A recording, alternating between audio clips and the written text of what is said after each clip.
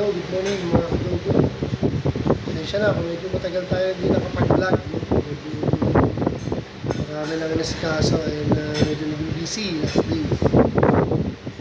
Ito, nagpapaligiran ako ng aking mga alaga. Ito pa.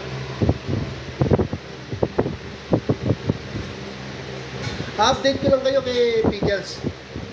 To be exact, 56 days pregnant si Pickles today. So maganda yung meron tayong data para sa mga susunod na pagbubuntis nila, i-compare natin. And kayo rin, kayo mga beginner, makikita ninyo na ganun palang 56 days pregnant na aso. So ito yung tsura ng 56 days. Hindi yan 56 days. Walang days to. Hindi nag-take hindi nag-take. Ito ang 56 days. Tingnan nyo yun siya, no? Honestly, kinumpara ko sa previous na pagbubuntis ni Toton. Ang laki ng tiyan niya ngayon. 56 days pa lang yan. So, may 7 or 8 days pa para sa ika-63 days niya. Meron pa yung 1 week, hindi lalaki pa ng gusto to. Ang laki kasi ng tatay.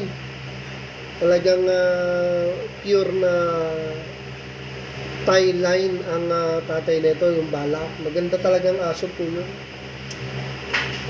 Pangatlong try nga namin na stud si Pickles. Luckily ngayon ay nag-take na siya. Magkakaroon na talaga ng napakagandang tuta nito. Yung papel nun talagang Thailand talaga siya, mga kadogo.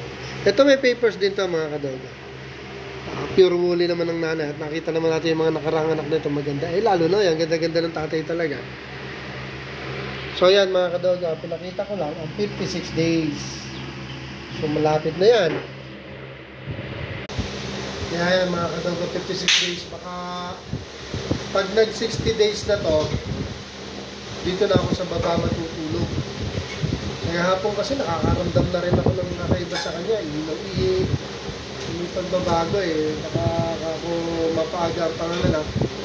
Maybe mga 60 days niya. Dito na ako matulog o baka hindi lang. 58 days niya. Titignan ko. Kung nag-iiba na yung galaw niya, dito na ako matutulog. Kaya lang mga kadogo, meron pa second sign para maratel na ako. Talaga obserbahan na siya from time to time. Yung sign po mga kadogo, according to my experience, yung mga papi niya talagang malilikot na sa tiyan. Ayan mga kadogo, according to my experience as a breeder, no? 9 years. Pag mga anak ng aso, magalaw na dyan yung mga tuta. Yung kasi yung time at tendency para bumaba yung mga tuta pag gumagalaw na sila. Ngayon wala pang movement. 1 week pa kasi. Isa yun sa tip ko, pag magalaw ng mga tuta, malapit na po yun mga kadogo. So, update muna mga kadogo ha. So yan, 56 days yan na itsura. So, maligo muna ako and kukain. Update na lang mga kadogo. Thank you for watching.